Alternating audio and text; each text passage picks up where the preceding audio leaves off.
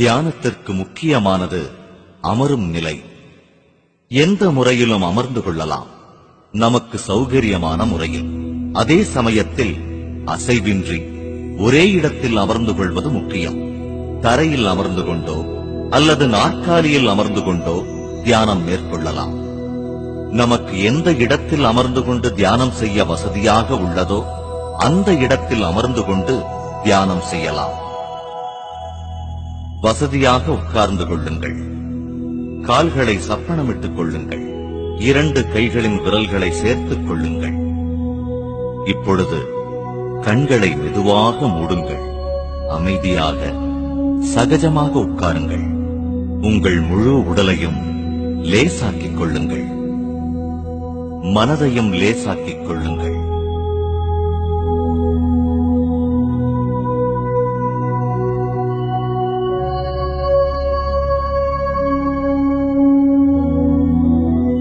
கால்களை பின்னி விரல்களை கோர்த்த நிலையில் நமக்கு ஒரு சக்தி வளையம் உருவாக்கப்படுகிறது. கண்கள்தான் நம் மனதின் கதவுகள். அதனால் கண்களை மூடிய நிலையில் இருத்தல் அவசியம். மந்திரம் உச்சரிப்புகள், வேறு உச்சரிப்புகள் மனதின் வேலை.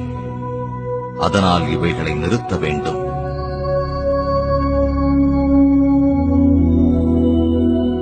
நம்முடைய உடல் முற்றிலும் சகஜ நிலையில் இருக்கும் பொழுது நமது உள்ளுணர்வு அடுத்த நிலைக்கு பயணம் செய்யும். மனம், அறிவாற்றல்.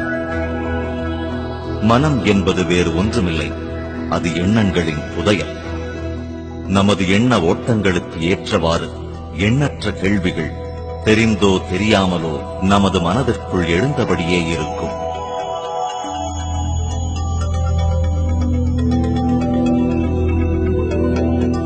மனதை, அறிவாற்றலை கடந்த நிலைக்கு நாம் செல்ல வேண்டுமென்றால் நாம் நமது மூச்சுக்காற்றை கவனிக்க துவங்க வேண்டும். நமது ஆன்மாவின் இயற்கையான குணம் கவனித்தல். இதனால் நாம் நமது மூச்சுக்காற்றை கவனிக்க துவங்க வேண்டும். மூச்சு விடுவதை ஒரு செயலாக எண்ணி செய்யக்கூடாது. காற்றை உள்ளே இழுப்பதும் வெளியே விடுவதும் நமக்கு தெரிந்து நடக்கக்கூடாது. மூச்சுக்காற்றை சுவாசிப்பதும் வெளியேற்றுவதும் தன்னிச்சையாக நடைபெற வேண்டும். நம்முடைய இயற்கையான சுவாசத்தை கவனித்தல் மட்டுமே போதுமானது. இதுதான் முக்கியம். இதுதான் நம் எண்ணங்கள் சிதறாமல் இருக்க சிறந்த வழி.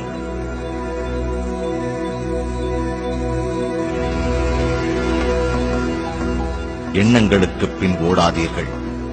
கேள்விகளுக்கும் சந்தேகங்களுக்கும் எண்ண அலைகளுக்கும் இடம் கொடுக்காதீர்கள். எண்ணங்களை தவிர்த்து விடுங்கள். நம்முடைய சுவாசத்தில் கவனம் செலுத்துங்கள். இயற்கையான சுவாசத்தை மட்டும் கவனத்தில் கொள்ளுங்கள். சுவாசத்துடன் மட்டுமே இருங்கள். அப்பொழுது நமது எண்ண அலைகளின் அளவுகள் குறையும். மெதுவாக நமது சுவாசத்தின் அளவு குறைந்து சிறியதாகிவிடும்.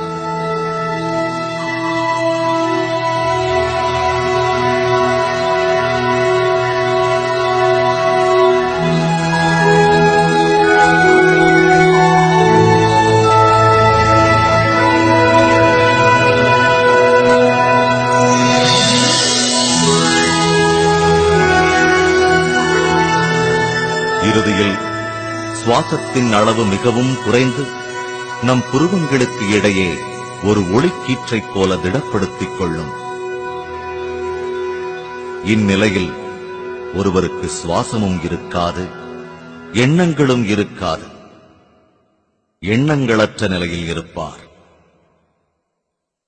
இந்த நிலையைத்தான் முழுமையான முக்தி நிலை என்றோ அல்லது எண்ணங்களற்ற நிலை என்றோ கூறுகிறோம்.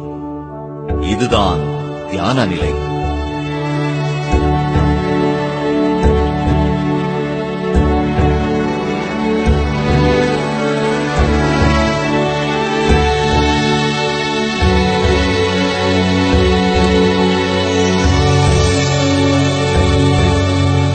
இந்த நிலையில்தான் பிரபஞ்ச சக்தி அருவி போல் நமக்குள் பாயும்.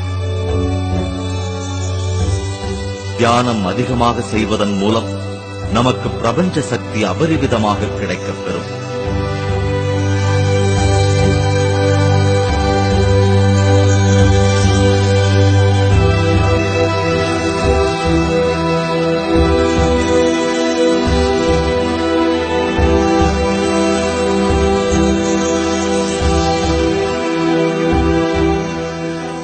பிரபஞ்ச சக்தி உடல் முழுவதும் சக்தி வடிவத்தின் மூலமாக பாயத் துவங்கும்.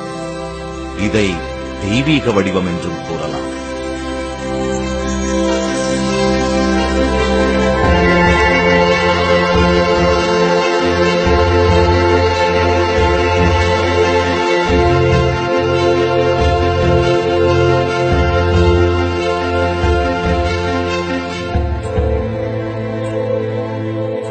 எழுபத்தி 2,000 நாடிகள் அல்லது சக்தி குழாய்கள் கொண்டு உடல் முழுவதும் இந்த சக்தி வடிவம் வடிவமைக்கப்படுகிறது. இந்த சக்தி குழாய்கள் அனைத்தும் உச்சந்தலையிலிருந்துதான் தொடங்குகின்றன. இந்த பகுதியை பிரம்மரந்திரம் என்றும் கூறுவர்.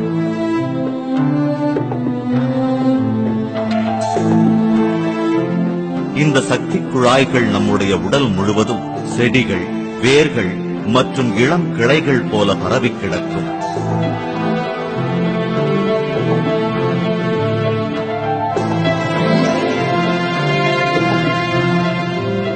சக்தி வடிவம் நம் வாழ்க்கையின் அடிப்படை வடிவம்.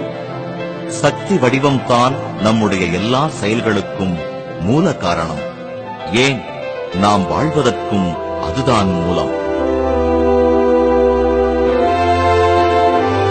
நம்முடைய சக்தி வடிவம் ஆழ்ந்த உறக்கத்திலும் தியானத்திலும் பிரபஞ்ச சக்தியை பெறுகிறது.